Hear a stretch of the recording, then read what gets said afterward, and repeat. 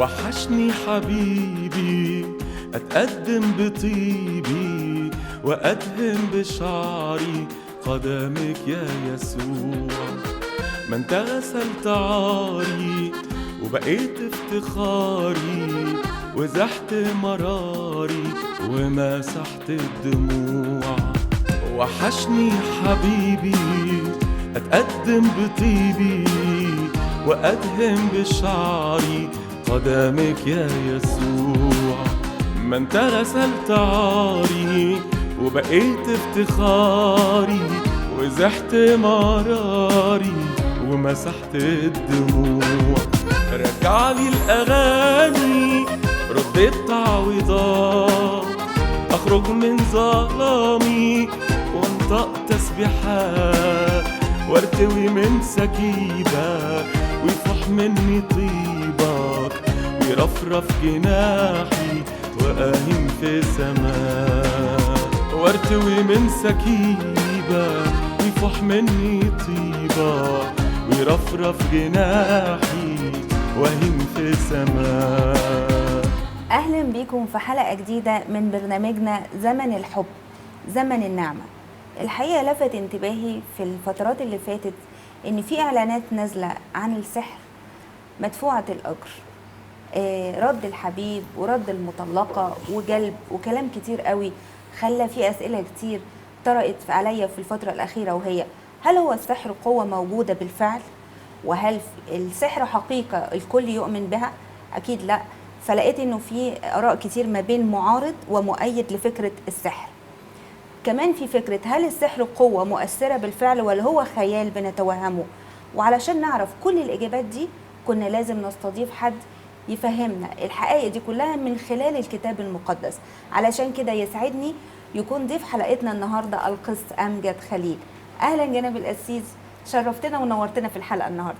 اهلا بيكي يا اخت داليا، شكرا ليكي وشكرا بجد لاستضافتي اكون معاكي.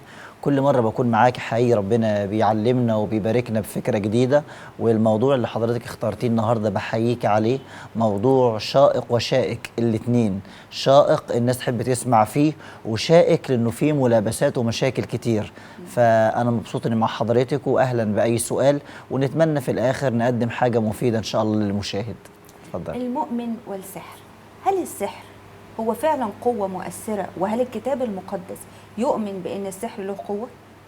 ببساطة جدا السحر ده عبارة عمل من أعمال الشيطان.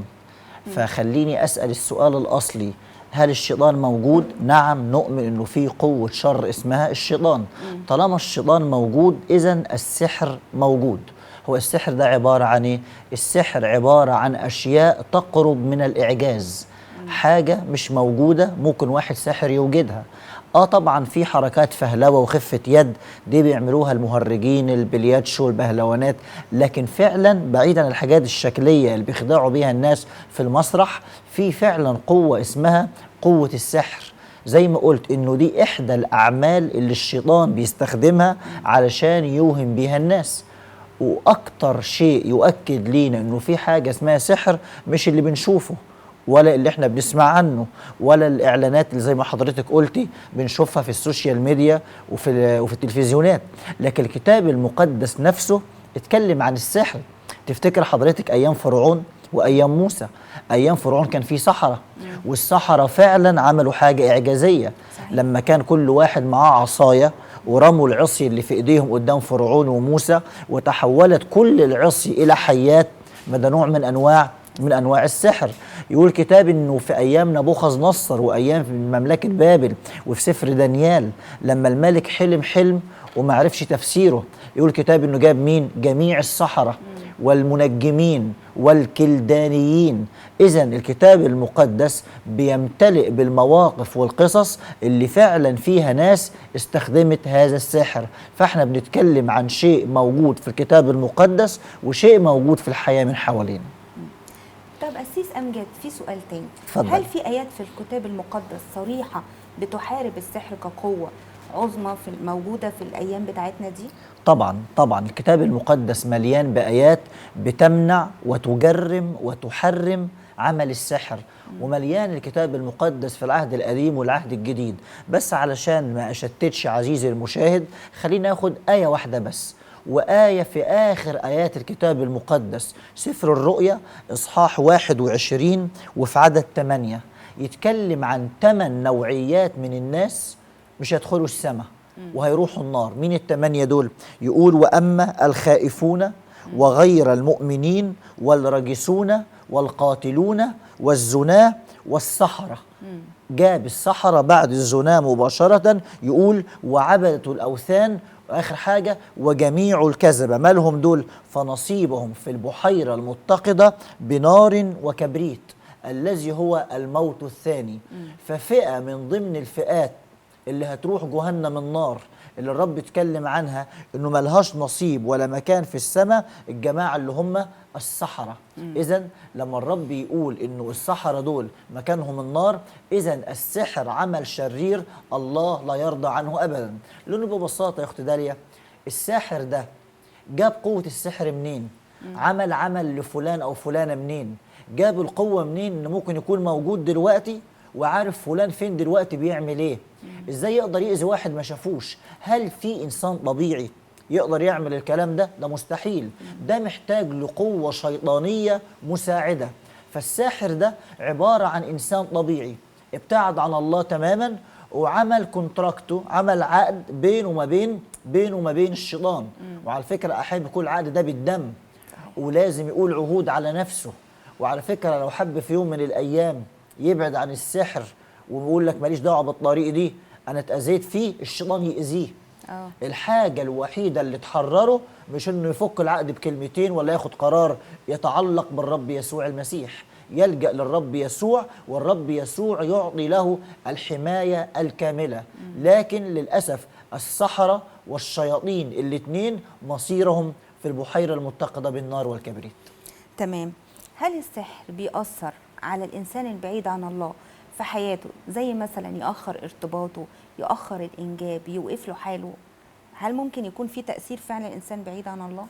بص حضرتك، الرب يسوع مرة قال في إنجيل يوحنا: كل من يعمل خطية هو عبد للخطية. أي حد بيعمل خطية ده مش بس عبد للخطية، ده عبد للشيطان. وطالما أنا الشيطان هو السيد بتاعي، آسف في التعبير، بيمرمط فيا زي ما هو عايز. فعلا السحر ممكن يأثر. السحر ممكن يخلي اتنين ما لهمش علاقة مع الرب يتجوزوا وما يخلفوش، ممكن يخلي جوازة ما تكملش، ممكن يخلي اتنين يكرهوا بعض، اتنين بيحبوا بعض جدا يخليهم يكرهوا بعض. علشان كده هو متحكم في العقليات الشريرة، لأن هم أولاده، هم اللعبة بتاعته.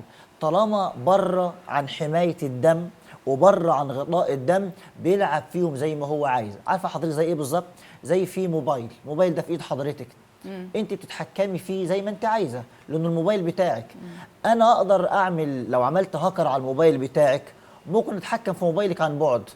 يقول لك القرصنه او الهاكر بتاع النت، ممكن من بعيد اتحكم في كل جهات الاتصال اللي عندك وحسابات السوشيال ميديا اللي عندك، رغم انك قاعده بعيد عني، لكن انا عملت هاكر على موبايلك. السحر كده بيعمل هاكر على ذهنك، بيعمل هاكر على افكارك، فيخليك تحبي ناس وتكرهي ناس، وتكرهي ناس ما تتكرهش، وتحبي ناس ما تتحبش، ويخليكي تأذي نفسك.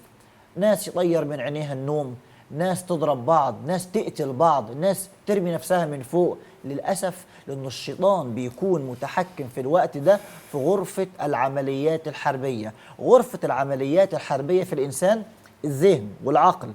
عشان كده بنسمع كتير عن ناس عندها مشاكل زوجية، ناس عندها مشاكل في البيوت، ناس عندها مشاكل في البيزنس، في الشغل بتاعها، يقول لك مفيش رزق، مفيش شغل. تسمع عن واحد يقول لك من طريق ونص في البيت التلاجة ضربت، ما اعرفش التلفزيون ضرب، مرة كل حاجة في البيت اتخبطت. ممكن حاجات تحصل صدفة، لكن الناس البعيدة عن الرب دي ببساطة ناس خارج الكفر بتاع الحماية، خارج تغطية الحماية الإلهية. فلعبة في يد مين؟ لعبة في يد الشيطان. فطالما لعبة في يد الشيطان يقدر يحرك فيهم زي ما هو عايز. تمام. طب احنا دلوقتي حضرتك وضحت لنا انه السحر بيأثر على الخاطئ بكل جوانب حياته. صحيح. طب هل الحكاية دي بتنطبق على المؤمن؟ يعني نقدر نقول المؤمن اللي تحت حماية الله، اللي في علاقة حية، يكون لتأثير للسحر عليه بقوته وجبروته زي الخاطئ؟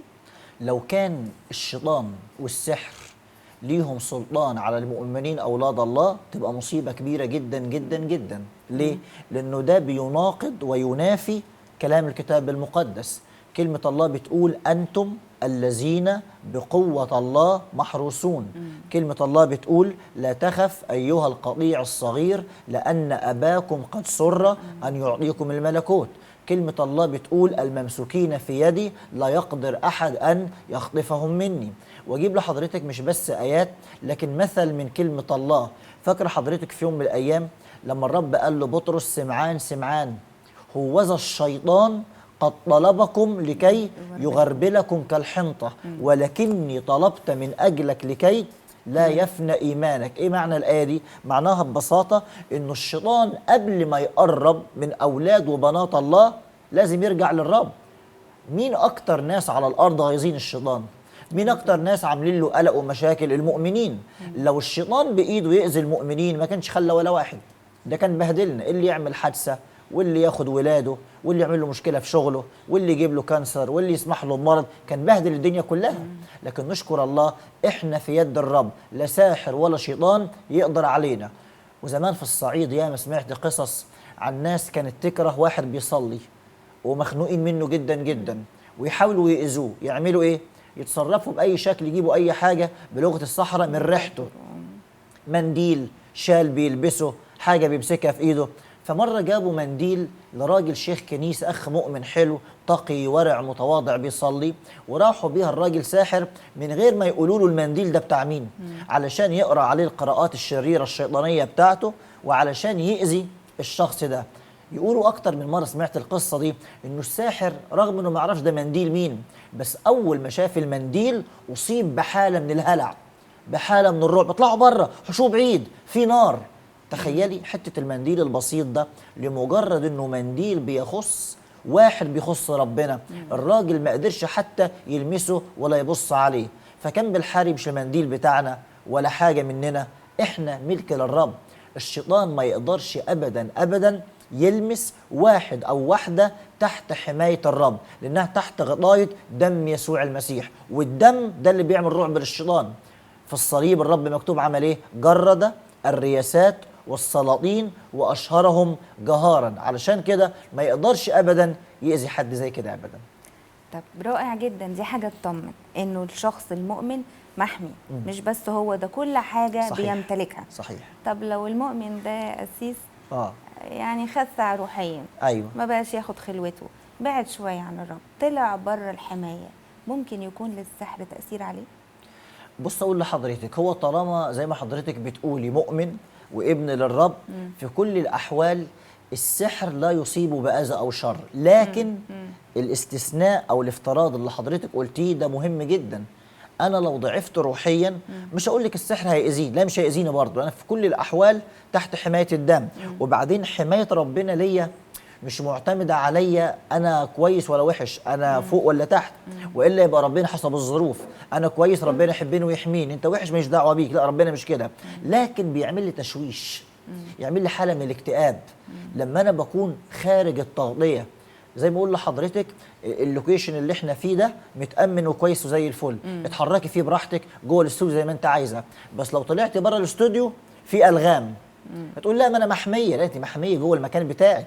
طول ما انا في علاقه مع الرب، طول ما انا في شركه مع الرب، طول ما انا ماسك في الرب والرب ماسك بيميني، كل حاجه زي الفل. لكن لو انا برجلي رحت للشر، لو أنا برجلي رحت للشرير، مش هقول الشرير هيموتني ولا يأذيني، لكن أنا هكون في حالة من الاكتئاب وفي حالة من الحزن، لأني أنا اللي بعدت عن بيت أبويا والمكان المخصص ليا. كل الإجابات دي طمنتني، بس هو في سؤال برضو كتير من الناس بيخطر على بالها. شخص تحرر من السحر بأي طريقة من الطرق، لكن هو ما زال بعيد عن ربنا. هل ممكن يعود له السحر تاني أو يرجع يأثر فيه بنفس القوة السحر تاني؟ أشكرك على السؤال ده. الرب يسوع اتكلم في الموضوع ده، قال إنه الواحد المفروض بعد ما يتفك من السحر، ولو كان عليه زي ما بنقول شيطان، روح شرير، روح نجس، أيا كانت المسميات، أول ما يطلع منه الروح النجس أو الشيطان أو يتفك السحر اللي على حياته، لازم أول خطوة بعدها على طول يسلم حياته للرب يسوع، لأن دي بلغة الكيمياء بيسموها إحلال وتعويض. أنا عندي كوباية فاضية، لا هي مش فاضية، هي مليانة مية، او سوري مليانه هواء. لو حبيت اطلع الهواء ما ينفعش ادخل ايدي اطلع الهواء، لكن املاها ميه، املاها باي سائل، فبالتالي بتعمل ايه؟ بتتملي. انا جوايا ارواح شريره وشيطانيه، طلعت الارواح الشريره، يبقى كده الهيكل بتاع الجسد بقى ماله؟ بقى فاضي. ان ما كانش يكون في بديل، البديل ده بيغطي وبيعوض وبيملى، هتكون النتيجه انه هتيجي ارواح شريره. وده الكتاب المقدس قال بتسكنوا 7 أرواح. ليه؟ يجد البيت ماله؟ مكنوسا ومزينا وخاليا. الدنيا فاضية، فالشيطان مش يجي وحده كمان، يجيب 7 أرواح. فأنا محتاج بعد ما أتحرر من سحر أو كتب أو عمل أو أي شيء شرير معمول لحياتي، لازم بعدها أسلم حياتي للرب. وشفت كتير في الناس لما بيصلي على واحد عليه شيطان بيسأله: هل تؤمن الرب يسوع يخلصك ويحررك؟ يقول أمين. هل تؤمن تسلم حياتك للرب؟ يقول أمين. لو ما سلمش حياته للرب، الشيطان هيعمل إيه؟ هيرجع تاني. لأن عمرنا ما سمعنا واحد طلع شيطان من حد الشيطان مات. الشيطان ما بتموتش، دي أرواح بيهرب للصحراء، يهرب لخرابة، لمكان قفر، لمكان مجهول، بس كده كده هيرجع تاني. لو رجع لقيني مليان مش هيسكن فيا، لكن لو رجع ولقيني خالي وفاضي ومفيش، بكل أسف هيرجع تاني ويجيب معاه أرواح نجسة ويسكن في البيت، ويكون الكتاب تكون أواخر هذا الإنسان أشر من أوائله. امين. طيب نطلع فاصل نسمع ترنيمه ونرجع نكمل الحلقه بتاعتنا.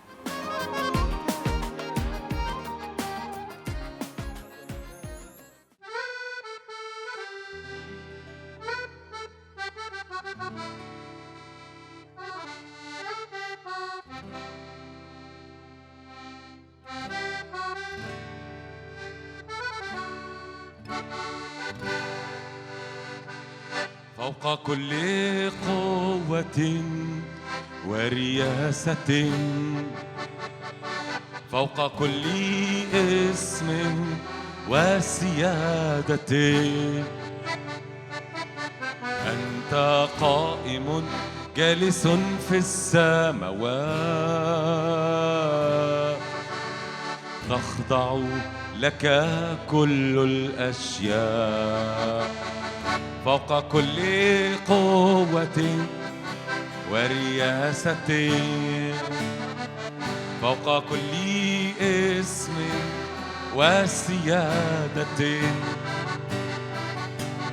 أنت قائم جالس في السماوات، تخضع لك كل الأشياء.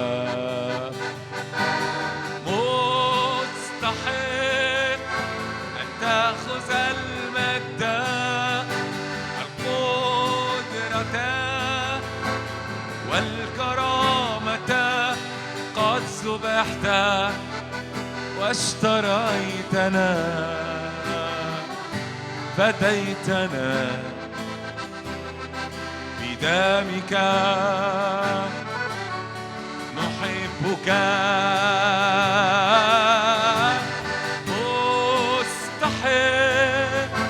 أن تأخذ المجد القدرة والكرامة، قد ذبحت واشتريتنا، فديتنا بدمك، نحبك.